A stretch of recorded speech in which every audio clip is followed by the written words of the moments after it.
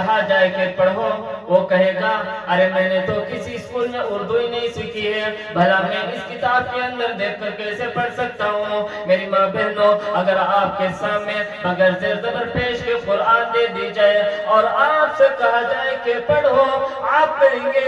نہیں نہیں، ہم اعوذ باللہ من الشیطان الرجیم، بسم اللہ الرحمن الرحیم۔ وہ ہے علم کی فضیلت اور اس کی اہمیت۔ میں اپنی بات کو شروع کرنے سے قبل اللہ رب العالمین سے دعا کرتا ہوں، اے الہ الامین، جو کچھ باتیں اس پروگرام کے درمیان ہوں گی، اے اللہ تو سب سے پہلے ہمیں جو بھی باتیں کہی جا رہی ہے، اللہ تو ہمیں ان تمام باتوں کو غور سے سننے کی توفیق عطا فرما، سننے کے ساتھ ساتھ سمجھنے کی بھی توفیق عطا فرما، اور سمجھنے کے بعد مجھے اور آپ کو اپنی حالت بدلنے کی توفیق عطا فرما، آمین۔ معزز خواتین اسلام، اللہ تعالیٰ کا بہت بہت احسان ہے کہ اس نے اللہ تعالیٰ نے ہمیں عقل سلیم سے نوازا ہے۔ اللہ تعالیٰ نے ہمیں بے شمار نعمتیں عطا کی۔ میں آپ خواتین کو مبارکباد دینا چاہتا ہوں، آپ قابل مبارکباد ہیں کہ آپ علم حاصل کرنے کے لیے، دین کی کچھ باتیں سیکھنے کے لیے، اللہ اور اس کے رسول کی باتوں کو سننے کے لیے اپنے مخصوص اوقات کو وقف کر کے، اپنے ضروریات کو چھوڑ کر آپ یہاں پر دین کی باتیں سیکھنے کے لیے آئے۔ یہ اللہ تعالیٰ کا آپ کے اوپر ایک بہت بڑا احسان ہے۔ اور اللہ کے نبی فرماتے ہیں، جو شخص علم حاصل کرنے کے لیے اپنے گھروں سے جو کوئی بھی نکلتا ہے تو فرشتے اس کے لیے اپنے پر بچھا دیتے ہیں۔ اب غور کریں، اس سے بڑھ کر اور فضیلت کی بات کیا ہو سکتی ہے کہ فرشتے ان لوگوں کے لیے اپنا پر بچھاتے ہیں جو اللہ اور اس کے رسول کی باتوں کو سننے کے لیے آتا ہے، جو علم حاصل کرنے کے لیے اپنے گھروں کو چھوڑ کر نکلتا ہے۔ اور کریں، اور اللہ تعالیٰ کا یہ بھی ہمارے پر احسان ہے کہ اللہ کے نبی فرماتے ہیں کہ اللہ تعالیٰ جس کے ساتھ من یرید اللہ خیرا، اللہ تعالیٰ جس کے ساتھ بھلائی کرنے کا ارادہ کرتا ہے، اللہ تعالیٰ جس کے بارے میں خیر چاہتا ہے، بھلائی چاہتا ہے، تو اللہ کے نبی فرماتے ہیں یفقہہ فی الدین، کہ اللہ تعالیٰ اسے سب سے پہلے دین کی سمجھ عطا کرتا ہے۔ میری ماں بہنوں، آپ غور کریں کہ ہم میں کتنی ایسی عورتیں ہیں جو اپنے وقت کو ضائع کر رہی ہیں، کچھ ایسی عورتیں ہیں جو بے فکر لیٹی ہوئی ہیں، آرام کر رہی ہیں، اور کچھ ایسی عورتیں ہیں جو روڈوں میں، سڑکوں میں آپ کو گھومتی ہوئی نظر آ رہی ہیں۔ مگر اللہ کا بہت بڑا احسان ہے کہ اللہ تعالیٰ نے آپ کے بارے میں، آپ کے تعلق سے، آپ کے حق میں خیر چاہ کر اللہ تعالیٰ نے آپ کو یہاں آنے پر، اللہ تعالیٰ نے آپ کو یہاں پر لایا ہے۔ اس بات کی دلیل ہے کہ اللہ تعالیٰ آپ کے بارے میں خیر چاہتا ہے، آپ کے تعلق سے بھلائی چاہتا ہے۔ اور علم کے تعلق سے اللہ کے نبی فرماتے ہیں طلب العلم فریضۃ علی کل مسلم، ہر مسلمان پر، چاہے وہ مرد ہو یا عورت ہو یا بوڑھا ہو بچہ ہو، ہر ایک کے اوپر علم کا حاصل کرنا واجب ہے، علم کا حاصل کرنا ضروری ہے۔ اللہ کے نبی نے واجب قرار دیا، طلب العلم فریضۃ علی کل مسلم، ہر مسلمان پر علم کا حاصل کرنا واجب ہے۔ میری ماں بہنوں، آج غور کریں، دنیا کے اندر جو فتنے، جو فساد، جو اختلافات، جو لڑائیاں آج ہمارے معاشرے کے اندر پائی جا رہی ہیں، جو اختلافات ہمارے گھروں میں پائے جا رہے ہیں، یہ کس بنیاد پر ہو رہے ہیں؟ یہ فتنی، یہ فساد کس بنیاد پر ہو رہے ہیں؟ اس کی سب سے بڑی اور اہم وجہ یہی ہے کہ آج ہمارے درمیان، آج ہمارے پاس علم نہیں۔ آج دیکھیں سرے عام روڈوں میں عورتوں کو بدنام کیا جا رہا ہے، ان کی عزتوں کو پامال کیا جا رہا ہے، ناحق لوگوں کو قتل کیا جا رہا ہے۔ یہ کس وجہ سے ہے؟ یہ وجہ اس وجہ سے ہے کہ ان کے پاس صحیح علم نہیں ہے۔ صحیح علم نہ ہونے کی وجہ سے آج لوگ جہالت، حیوان، آج جو اچھے اچھے لوگ حیوان بن جا رہے ہیں، جہالت کی بنیاد پر ایسے ایسے کام کر دے رہے ہیں۔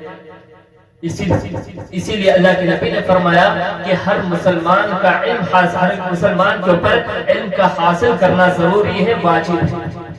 اور میں سمجھتا ہوں کہ مسلمانوں کے سامنے علم کی فضیلت پر تقریر کرنا ایسا ہے کہ گویا مچھلی کو تیرنا سکھانا۔ اب آپ کہیں گے کیا مطلب مچھلی کو تیرنا سکھانا؟ ارے مچھلی کو کون تیرنا سکھا سکتا ہے؟ جی نہیں، مچھلی کو کوئی تیرنا نہیں سکھائے گا، کیونکہ اللہ تعالیٰ نے پہلے سے ہی اس کی قدرت کے اندر، اس کی فطرت کے اندر اللہ تعالیٰ نے اسے پہلے ہی تیرنا اس کے اندر، اس کی فطرت کے اندر شامل کر دیا ہے۔ وہ پیدائش ہی تیرنا جانتی ہے، وہ مچھلی کو کوئی تیرنا نہیں سکھا سکتا ہے۔ میرے ماں و بہنوں، اسی طرح اللہ تعالیٰ نے اسلام کے اندر اس علم کو اسلام کا ایک اہم جز بنا دیا ہے، ایک اہم جز قرار دیا ہے۔ لہذا ہر مسلمان کا علم کو حاصل کرنا ہر مسلمان کے اوپر واجب ہے۔ آپ غور کریں، قرآن کی جو آیت اللہ کے نبی کے اوپر، جو سب سے پہلے جو آیت اللہ کے نبی کے اوپر نازل کی گئی، سب سے پہلے جو وحی بھی، وہ کس کے تعلق سے بھی ہے؟ اللہ کے نبی کے اوپر جو سب سے پہلے وحی بھی، اس کا سب سے پہلا جملہ یہی ہے، اقرا، پڑھیے، علم حاصل کیجیے۔ قرآن کی سب سے پہلی آیت کا سب سے پہلا ورڈ یہی ہے، اقرا، پڑھیے، علم حاصل کیجیے۔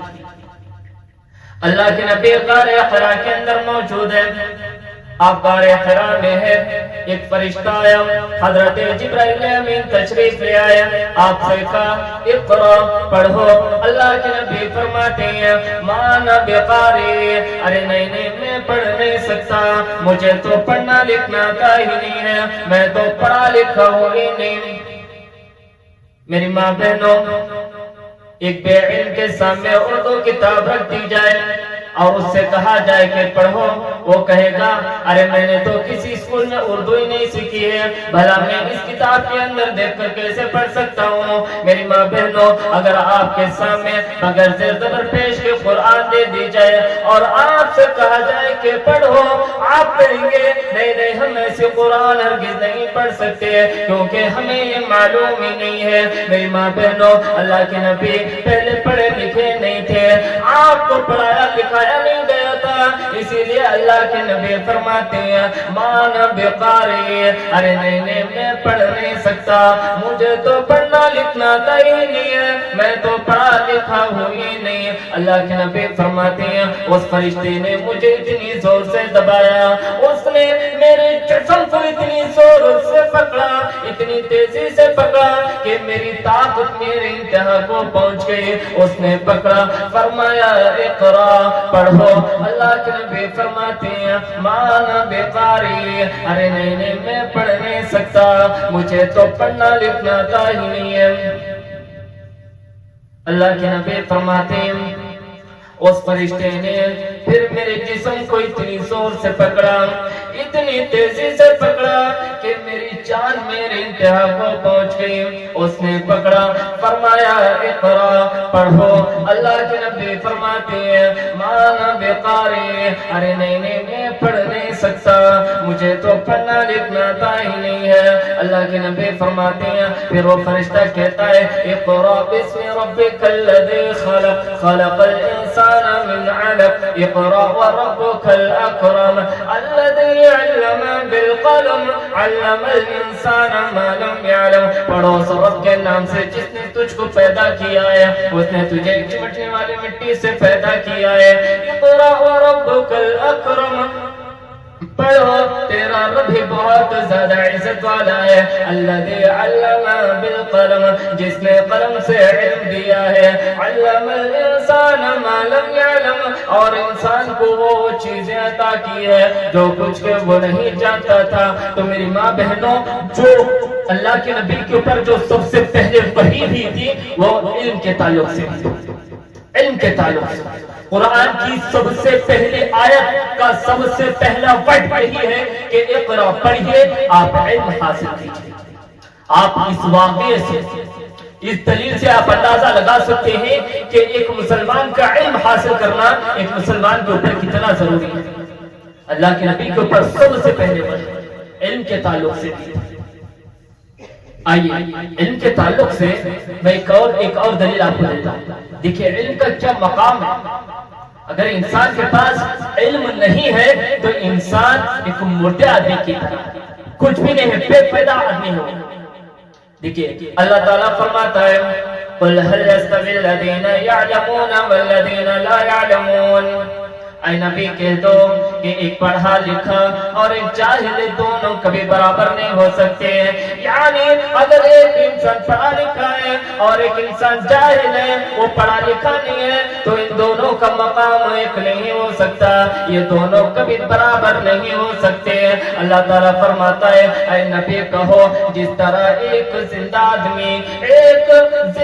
آدمی مردے کی طرح مردے کے برابر نہیں ہو سکتا ہے, مردہ زندے کے برابر نہیں ہو سکتا ہے, اسی طرح ایک پڑھا لکھا آدمی جاہل کے برابر نہیں ہو سکتا ہے. یعنی اگر ایک انسان پڑھا لکھا نہیں ہے تو ایک مردے آدمی کی طرح ہے, اور ایک انسان پڑھا لکھا ہے تو ایک زندے آدمی کی طرح ہے. یعنی ایک انسان ان پڑھ ہو, کتنا زیادہ امیر ہو, کتنا زیادہ پیسہ والا دولت والا کیوں نہ ہو, کتنی بڑی بڑی بلڈنگیں اس کے پاس کیوں نہ ہو, کتنے بڑے بڑے کاروبار اس کے پاس کیوں نہ ہو, قرآن کہتا ہے در حقیقت وہ ایک مردے آدمی کی طرح ہے. اور ایک انسان بہت زیادہ غریب ہے مگر اس کے پاس علم ہے, وہ پڑھا لکھا ہے. قرآن کہتا ہے وہ ایک زندے آدمی کی طرح ہے. یعنی اگر انسان کے پاس علم ہے تو ایک زندے آدمی کی طرح ہے, اور جس کے پاس علم نہیں وہ ایک مردے آدمی کی طرح ہے. غور کریں, آپ علم سے اندازہ لگا سکتے ہیں. اگر ایک انسان پڑھا لکھا ہے تو ایک زندے آدمی کی طرح ہے, اور جس کے پاس علم نہیں ہے وہ ایک مردے آدمی کی طرح ہے. میری ماں بہنوں ذرا غور کریں. اب سوال یہ ہے کہ کون سا علم حاصل کیا جائے, کون سی نالج حاصل کی جائے. آپ علم کے تعلق سے یہ جو آیت میں نے آپ کے سامنے بیان کی ہے, اس آیت کے اندر کہا گیا کہ ایک پڑھا لکھا انسان زندے آدمی کی طرح ہے, اور ایک انسان جو پڑھا لکھا نہیں ہے وہ ایک مردے آدمی کی طرح ہے. یہ دو انسانوں کا معاملہ ہے. اگر علم انسانوں کے اندر تفریق کر دے رہا ہے, اگر علم ہے تو وہ زندہ ہے, اگر علم نہیں ہے تو مردے آدمی کی طرح ہے. میری ماں بہنوں, یہ تو ایک معاملہ انسانوں کا ہے, مگر اللہ کے نبی نے جانوروں کے اندر بھی تفریق کر کے بتا دیا. اگر ایک پڑھا لکھا کتا اور ایک جاہل کتا, یہ بھی دونوں کو بھی برابر نہیں ہو سکتے. دیکھیے ایک ہوتا ہے کلب عام اور ایک ہوتا ہے کلب معلم. کلب عام, کلب کے معنی کتا, عام جو عام طور سے گلی وغیرہ میں گھومتے پھرتے رہتے ہیں, جو آپ نے کبھی دیکھا ہوگا سڑکوں وغیرہ پر آپ کو جو وہاں کتے نظر آتے ہیں.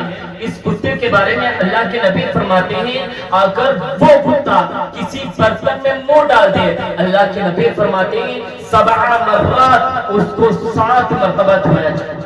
اس کو 7 مرتبہ دھویا جائے اور پہلی یا آخری مرتبہ اس کو مٹی سے ضرور دھونا ہے، کیونکہ اس کتے کے لعاب کے اندر بہت زیادہ بیکٹیریا، بہت زیادہ کیٹانو، بہت زیادہ گندگی اس کے لعاب کے اندر ہوتی ہے۔ اللہ کے نبی فرماتے ہیں جب یہ کلب عام جو عام طور سے گلی وغیرہ میں گھومتا پھرتا رہتا ہے، اگر یہ کتا کسی برتن میں منہ ڈال دے تو اس کو 7 مرتبہ دھونا چاہیے، پہلی یا آخری مرتبہ اس کو مٹی سے ضرور دھونا ہے۔ مگر ایک ہوتا ہے کلب معلم، یعنی ٹرینڈڈ ڈاگ، علمی کتا جسے باقاعدہ پڑھایا لکھایا گیا، اور یہ کتے آپ کو پولیس والوں کے ساتھ ایئرپورٹ میں آپ کو نظر آ جائیں گے۔ اللہ کے نبی فرماتے ہیں اس کتے کے بارے میں، اگر یہ کتا، میری ماں بہنوں ذرا آپ غور کریں، ایک ہوتا ہے اگر جو گلی وغیرہ میں جو کتا گھومتا پھرتا رہتا ہے، اگر وہ کتا کسی برتن میں منہ ڈال دے تو اس کو 7 مرتبہ دھویا جائے، پہلی یا آخری مرتبہ اس کو مٹی سے ضرور دھونا ہے۔ مگر اللہ کے نبی فرماتے ہیں ایک علم والا کتا اگر وہ شکار کر کے لائے، اگر ایک علمی کتا جسے پڑھایا لکھایا گیا ہو، اگر وہ کتا کسی جانور، حلال جانور کا شکار کر کے لائے، اللہ کے نبی کہتے ہیں اس کا شکار کیا ہوا جانور کھانا حلال ہے، اس کا شکار کیا ہوا جانور کھانا جائز ہے۔ آپ اندازہ لگائیں۔ ہاں، اللہ کے نبی نے اس کے لیے کچھ شرط بتائی۔ پہلی شرط کہ وہ اس کتے کے اوپر بسم اللہ پڑھ کے چھوڑا گیا، دوسری شرط وہ اپنے لیے شکار نہ کیا ہو، اور تیسری شرط جو شکار کرے اس میں سے کچھ نہ کھائے ہو۔ اگر یہ ساری شرطیں موجود ہیں، اللہ کے نبی فرماتے ہیں اس کا شکار کیا ہوا جانور کھانا جائز ہے۔ آپ غور کریں، دونوں کتے ہی ہیں، آپ اسے بھی کتا کہیں گے اسے بھی کتا کہیں گے، مگر علم نے دونوں کے اندر فرق کر دیا ہے، دونوں کے اندر تفریق کر دی ہے۔ اگر ایک بے علم کتا کسی برتن میں منہ ڈالتا ہے، اللہ کے نبی فرماتے ہیں اس کو 7 مرتبہ دھونا جائے، پہلے یا آخری مرتبہ اس کو مٹی سے ضرور دھونا ہے۔ مگر اسی کتے کو علم سکھا دیا جائے، اسی کتے کو کلب معلم بنا دیا جائے، اللہ کے نبی فرماتے ہیں اس کا شکار کیا ہوا جانور کھانا جائز ہے، اور یہاں تک کہ شکار کرنے میں جانور مر بھی جائے تب بھی وہ جانور ہمارے لیے حلال ہے۔ اگر شکار کرنے میں جانور مر بھی جائے تب بھی وہ جانور ہمارے لیے حلال ہے۔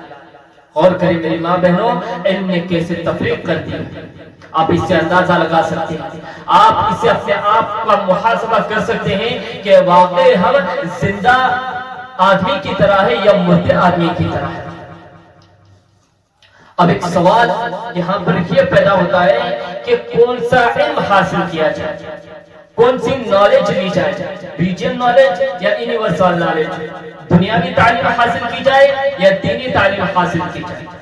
میری ماں بہنوں، میں ایک بات بتاؤں، شریعت آپ کو منع نہیں کرتی، آپ اپنے بیٹے کو ڈاکٹر بنانا چاہتے ہیں بنا دیجیے، آپ اپنے بیٹے کو انجینئر بنانا چاہتے ہیں بنا دیجیے، شریعت آپ کو نہیں روکتی ہے، مگر آپ اپنے بیٹے کو سب سے پہلے دین کی تعلیم دیجیے، دین کی تعلیم دیجیے، اس لیے کہ دین کی تعلیم سے دنیا بھی سنور جائے گی اور آخرت بھی سنور جائے گی۔ مگر دنیاوی تعلیم میں آپ دنیا تو بنا لیں گے مگر آخرت مشکوک ہے۔ دنیاوی تعلیم میں دنیا تو آپ بنا لیں گے، دنیا تو گزر جائیں گے، مگر آخرت بہت زیادہ مشکوک ہے۔ دیکھیے قرآن کیا کہتا ہے، اللہ تعالیٰ فرماتا ہے یا ایھا الذین آمنوا قوا انفسکم واہلیکم نارا وقودها الناس والحجارہ، اے ایمان والو تم اپنے آپ کو اور اپنی بیوی بچوں کو جہنم کی آگ سے بچاؤ، اس لیے کہ جہنم کی آگ کوئلے سے نہیں جلے گی، جہنم کی آگ مٹی کے تیل سے نہیں جلے گی، وقودها الناس والحجارہ، بلکہ انسانوں کے جسموں سے اور پتھر سے جہنم کو گرم کیا جائے گا، انسانوں کے جسموں سے اور پتھر سے جہنم کو دکھایا جائے گا۔ حضرت علی اس قرآن کی آیت کی تفسیر میں فرماتے ہیں علمہم اس کا مطلب یہ ہے اللہ تعالیٰ کہنا چاہتا ہے اے لوگوں تم اپنے بچوں کو سب سے پہلے قرآن کی تعلیم دو، تم اپنے بچوں کو سب سے پہلے حدیث کی تعلیم دو، علموہم تم اپنے بچوں کو سب سے پہلے دین کی تعلیم دو، تم اپنے بچوں کو سب سے پہلے دین کے بارے میں سمجھاؤ۔ میری ماں بہنوں، آپ کا بیٹا بھی چھوٹا ہے، وہ آپ سے کہتا ہے ابو مجھے میرا دوست گاڑی چلانا جانتا ہے، آپ بھی مجھے ایک گاڑی دلا دیجئے، میں بھی گاڑی میں گھومنا چاہتا ہوں، میں بھی بائک چلانا چاہتا ہوں۔ میری ماں بہنوں، آپ کو معلوم ہے کہ آپ کا بیٹا بھی ٹھیک سے گاڑی چلانا نہیں جانتا ہے، ابھی آپ کے بیٹے کو گاڑی چلانا نہیں آتا ہے، کہیں ایسا نہ ہو کہ میرا بیٹا اس روڈ پر نکل جائے اور اس روڈ میں بڑی بڑی لہریں آتی ہیں، اس روڈ میں بڑی بڑی کاریں آتی ہیں، کہیں ایسا نہ ہو کہ میرا بیٹے کی بائک کا بیلنس بگڑ جائے اور اس کی بائک کسی کار کے اندر لہری کے اندر نہ آ جائے اور اسی موقع پر میرے بیٹے کا ایکسیڈنٹ نہ ہو جائے، اس کی موت نہ ہو جائے۔ میری ماں بہنوں، آج گناہوں کا ٹریفک لگا ہوا ہے، آج فتنوں کا بازار لگا ہوا ہے اور آپ کا بیٹا نکلا ہے،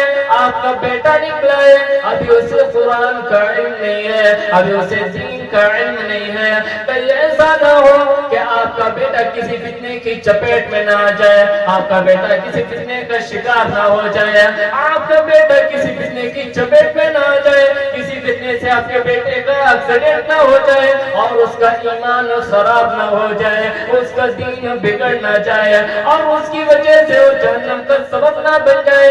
اسی لیے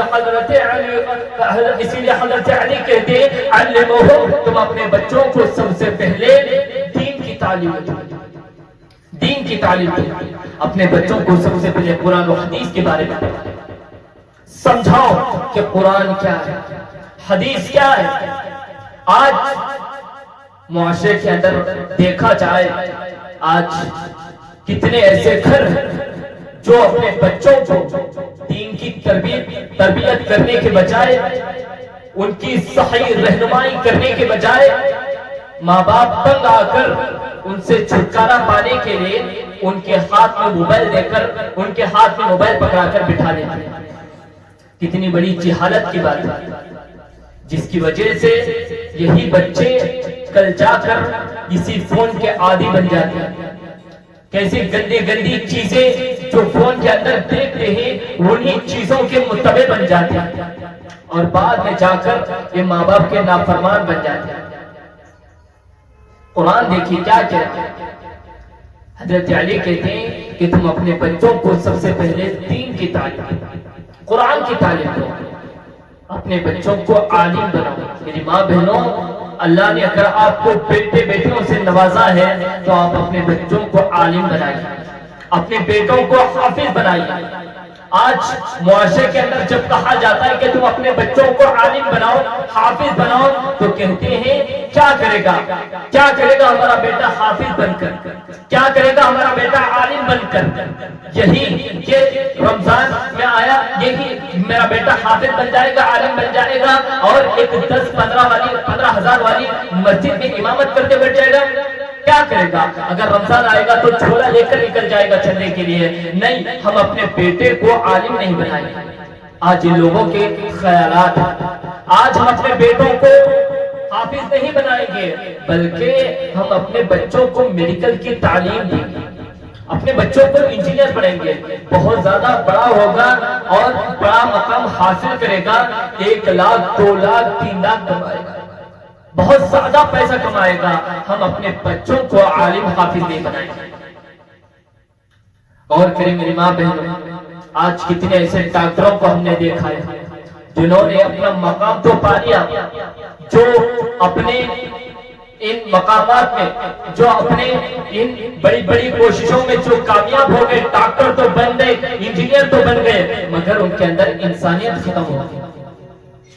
ان کے اندر جو ماں باپ جن کے لیے اتنی بڑی محنتیں ان کے پیچھے رہ کر اپنا سب کچھ قربان کر دیا تھا، وہی اولاد آگے جا کر اپنے ماں باپ کو بے رحم دلی سے اپنے بچوں کو، اپنے ماں باپ کو اپنے گھروں سے دھکے مار کر اپنے گھر سے باہر کر دیا۔ آج اور کریں کہ کس بنیاد پر ہے؟ صحیح علم نہ ہونے کی وجہ سے۔ میری ماں بہنوں، اپنے بچوں کو قرآن کی تعلیم، اس کا انجام آپ خود دیکھیں کہ وہ آگے جا کر آپ کی کتنی زیادہ فرمانبردار اولاد بنے گی، وہ آپ کی آگے جا کر کتنی زیادہ خدمت کرے گی، وہ ہمیشہ آپ کے بارے میں خیر چاہے گی۔ کب؟ تب ان کے اندر قرآن کی تعلیم ہو، حدیث کی تعلیم ہو، نبی کی زندگی اگر ان کے پاس ہے تو وہ جا کر آگے جا کر تمہارے متبع بنے گا، تمہاری خدمت گزار بنے گا۔ اور یاد رکھیے، دینی تعلیم کے اندر وہ طاقت ہے جو دنیاوی تعلیم کی کسی علم کے اندر وہ طاقت نہیں۔ دین کی تعلیم میں وہ طاقت ہے جو کسی دنیاوی تعلیم کے اندر وہ طاقت نہیں۔ آپ نے حضرت سلیمان علیہ السلام کا اور حدود کا قصہ آپ نے سنا ہوگا۔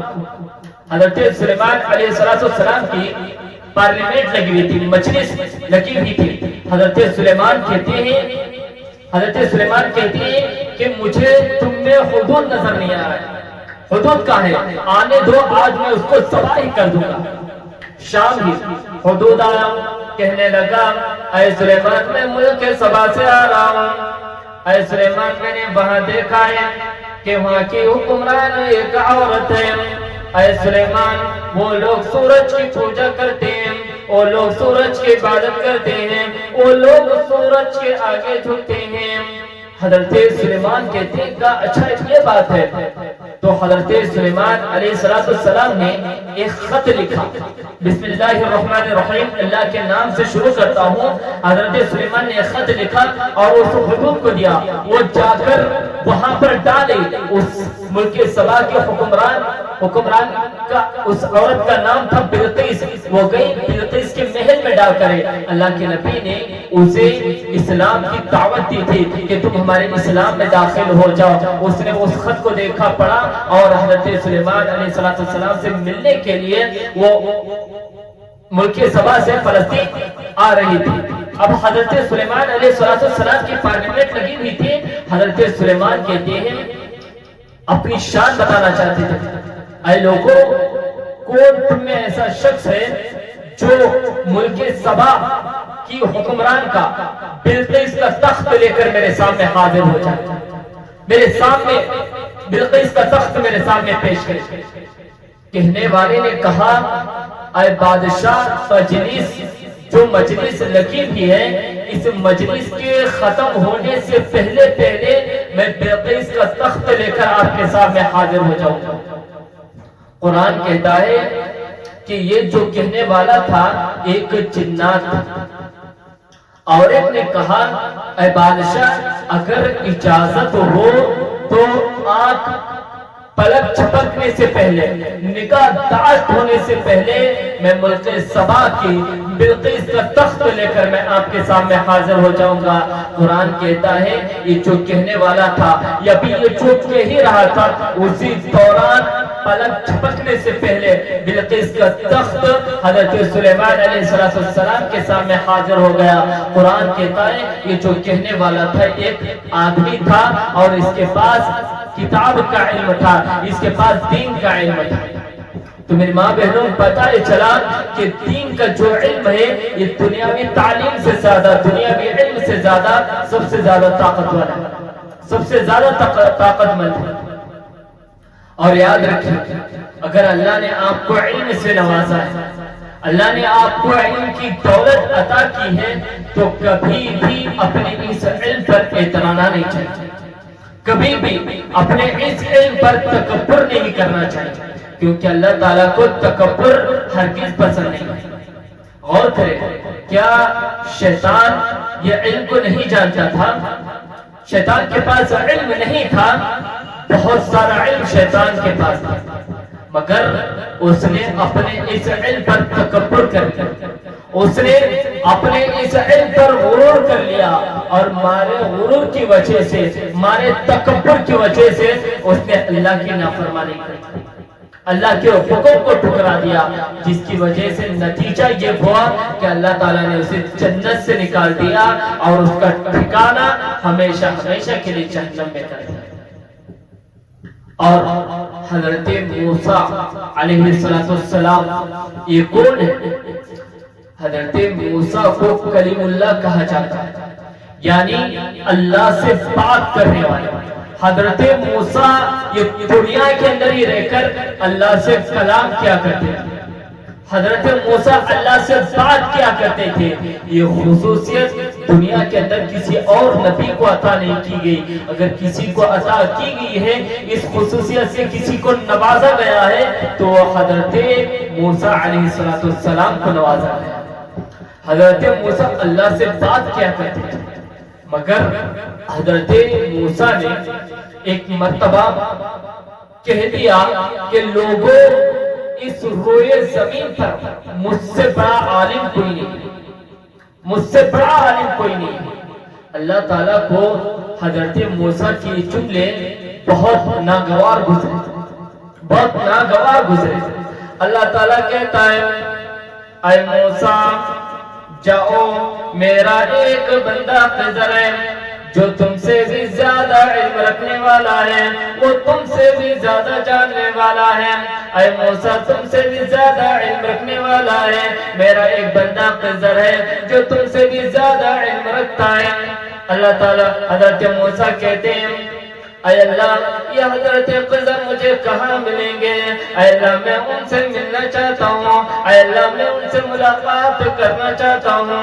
اللہ تعالیٰ کہتا ہے، اے موسیٰ ایسا کرو، تم مجمع البحرین پہ چلے جاؤ اور ایک کام کرنا، اپنے ساتھ ایک ٹوکری میں مچھلی کو لے لینا، اور جو مچھلی جو تمہارے ساتھ ہے اگر وہ ٹوکری سے نکل کر سمندر میں راستہ بنا کر نکل جائے تو سمجھ جانا کہ میرا بندہ خضر وہیں پر ہے، اور تم ان سے ملاقات کر لینا۔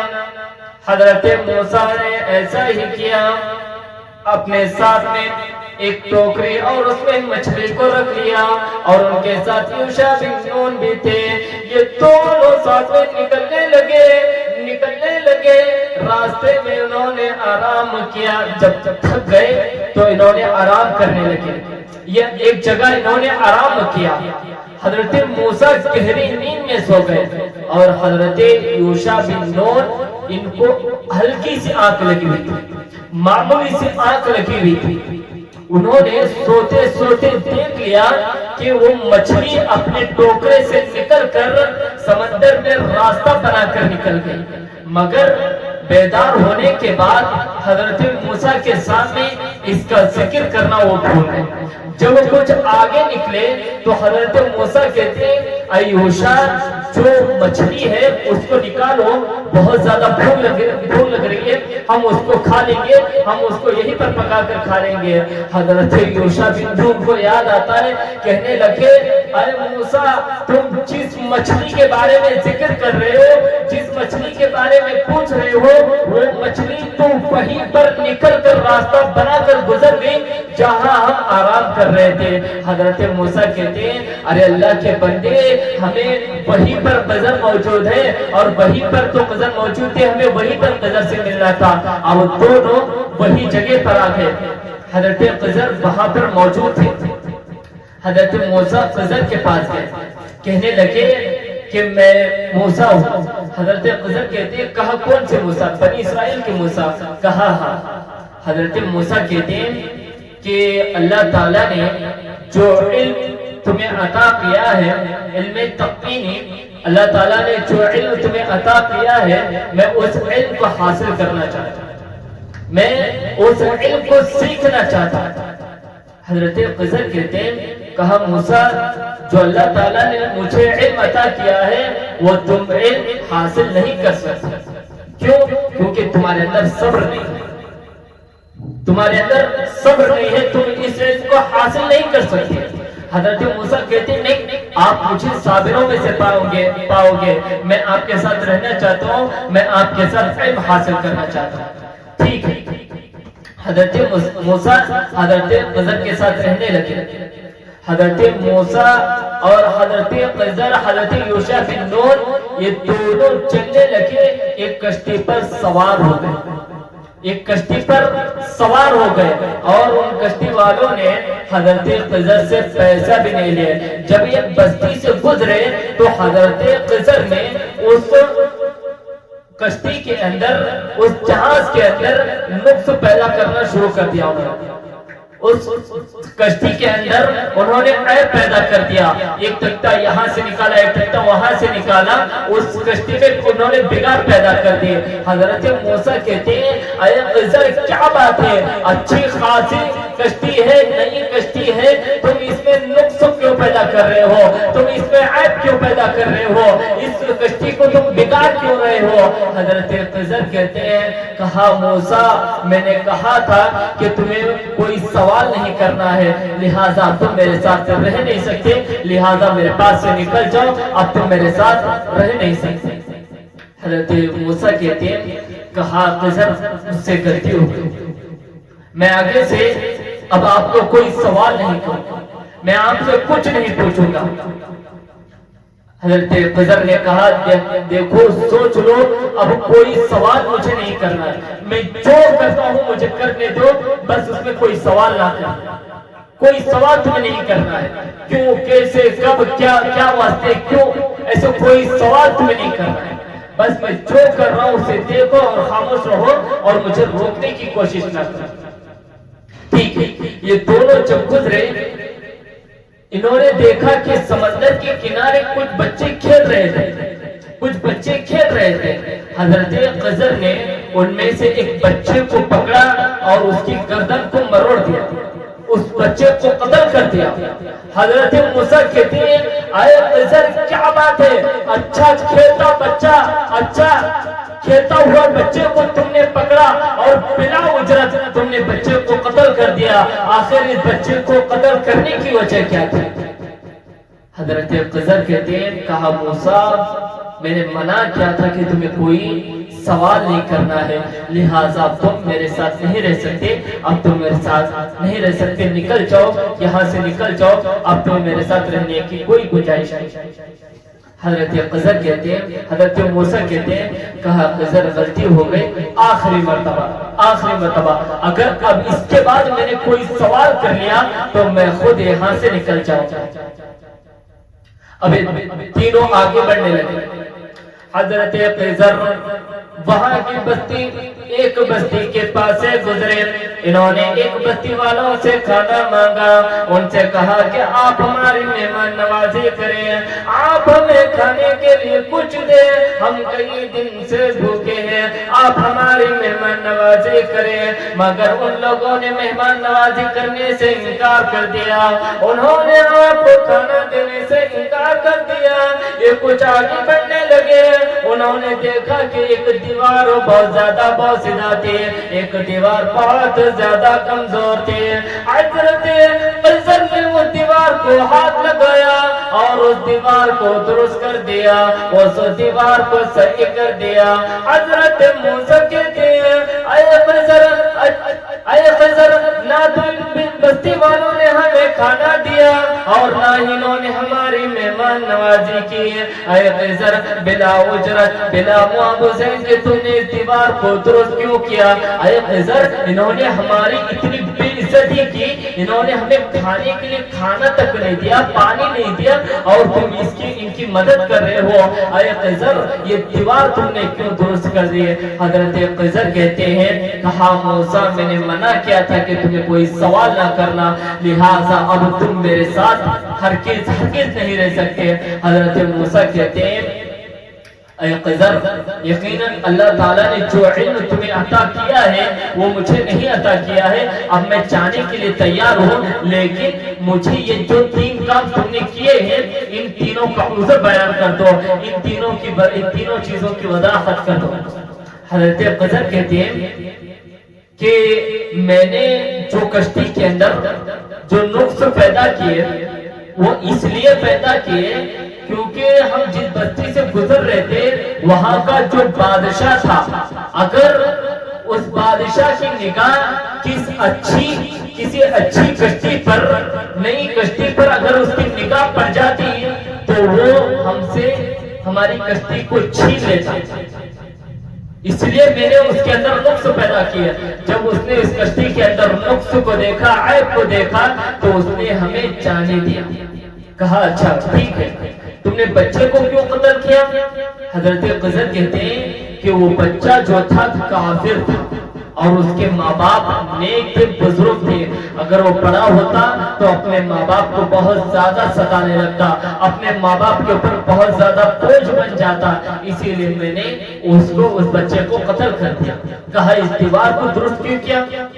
حضرت خضر کہتے ہیں کہ یہ جو دیوار ہے، اس دیوار کے نیچے خزانہ ہے، اور وہ خزانہ دو یتیم بچوں کا ہے جو ان کے ماں باپ نے ان کے لیے رکھ کر وہ اس دنیا سے گزر گئے ہیں. ان ماں باپ نے ان بچوں کے لیے اس دیوار کے اندر خزانہ گاڑا ہے. اگر میں اس دیوار کو درست نہیں کرتا، اگر یہ دیوار گر جاتی، یہ بستی والے اتنے زیادہ پتھر دل کے ہیں، اگر یہ دیوار گر جاتی تو سارے لوگ اس خزانے پر ٹوٹ پڑتے. اس لیے میں نے اس دیوار کو درست کیا. اب یہ جو یتیم بچے ہیں آگے جا کر بڑے ہو جائیں گے، پھر یہ دیوار بوسیدہ ہو جائے گی، پھر یہ دیوار گر جائے گی تو اپنے بچے جو یتیم بچے تھے وہ اپنا حق لے لیں گے، وہ اپنے حق سے محروم نہیں ہوں گے. میری ماں بہنوں، کہنے کا مطلب یہ ہے اللہ تعالیٰ نے حضرت موسیٰ کو بتا دیا کہ تکبر اللہ تعالیٰ کو ہرگز پسند نہیں ہے. اللہ تعالیٰ کو صرف حضرت موسیٰ نے اتنا کہا تھا کہ مجھ سے بڑا کوئی عالم نہیں ہے. انہیں اللہ تعالیٰ کو یہ جملے ہرگز پسند نہیں ہے. اتنے ناگوار گزرے، اللہ تعالیٰ نے فوراً بتا دیا اے موسیٰ جاؤ، تم سے بھی زیادہ جان کر میں نے دنیا کے اندر پیدا فرمایا. تو کبھی بھی اپنے علم پر تکبر نہیں کرنا ہے، کبھی بھی اپنے علم پر گھمنڈ نہیں کرنا ہے.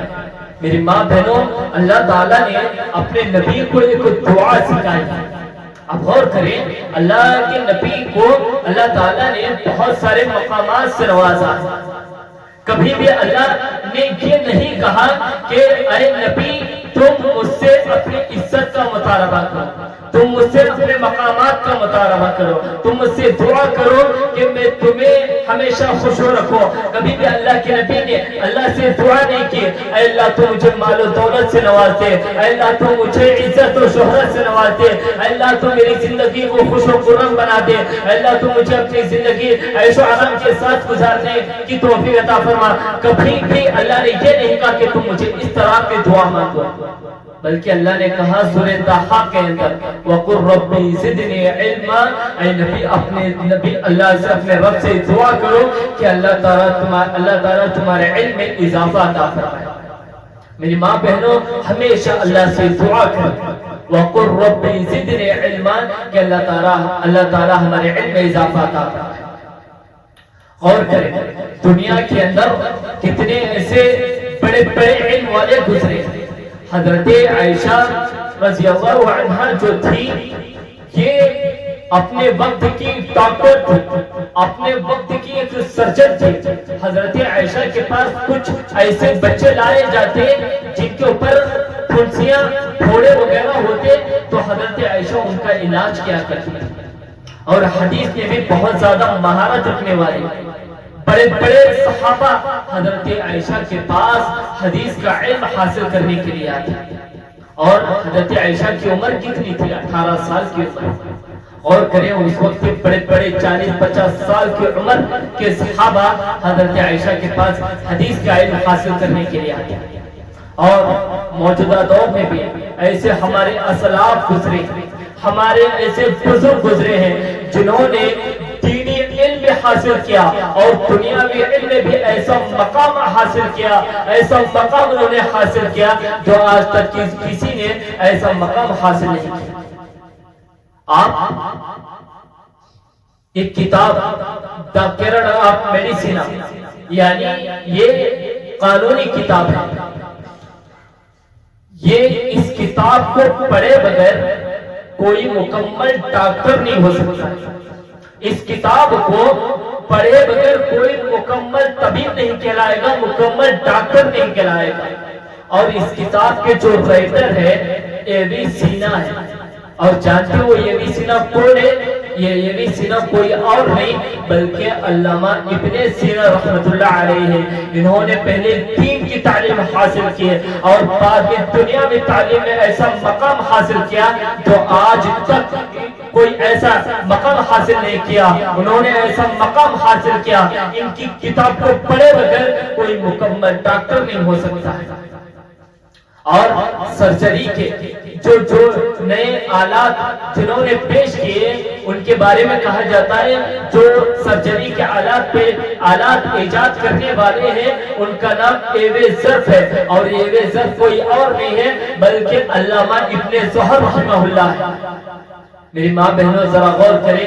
اس لیے کہا جاتا ہے کہ اپنے بچوں کو سب سے پہلے دین کی تعلیم دے اور اپنے بچوں کو حدیث کی تعلیم دے, پھر بعد میں آپ اپنے بچوں کو دنیاوی تعلیم دے. دینی تعلیم میں انسان کی دنیا بھی سنور جائے گی اور آخرت بھی سنور جائے گی.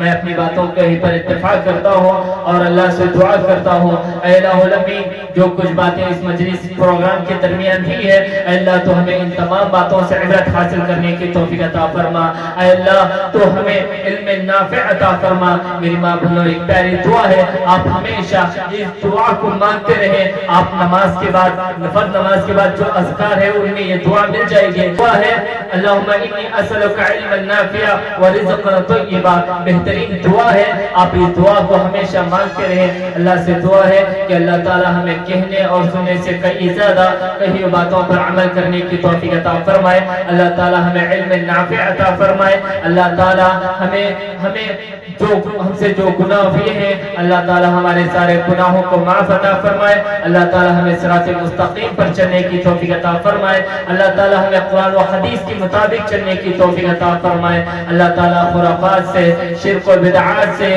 جو قبیح چیزیں ہیں, شرک جیسی قبیح صفت, بدعات جیسی قبیح صفت سے اللہ تعالی ہماری حفاظت فرمائے. اللہ تعالی ہمیشہ ہمیں دین پر ثابت قدم رہنے کی توفیق عطا فرمائے. ہم اللہ سے دعا کرتے ہیں اے الہ العالمین تو ہمیں جب تک زندہ رکھ اسلام پر, ایمان پر, توحید پر, اور جب ہمارا خاتمہ و خاتمہ بالخیر ہو, کلمہ لا الہ الا اللہ محمد رسول اللہ پر ہو. وما علینا الا البلاغ وآخر دعوانا الحمد للہ رب العالمین. السلام علیکم ورحمۃ اللہ وبرکاتہ.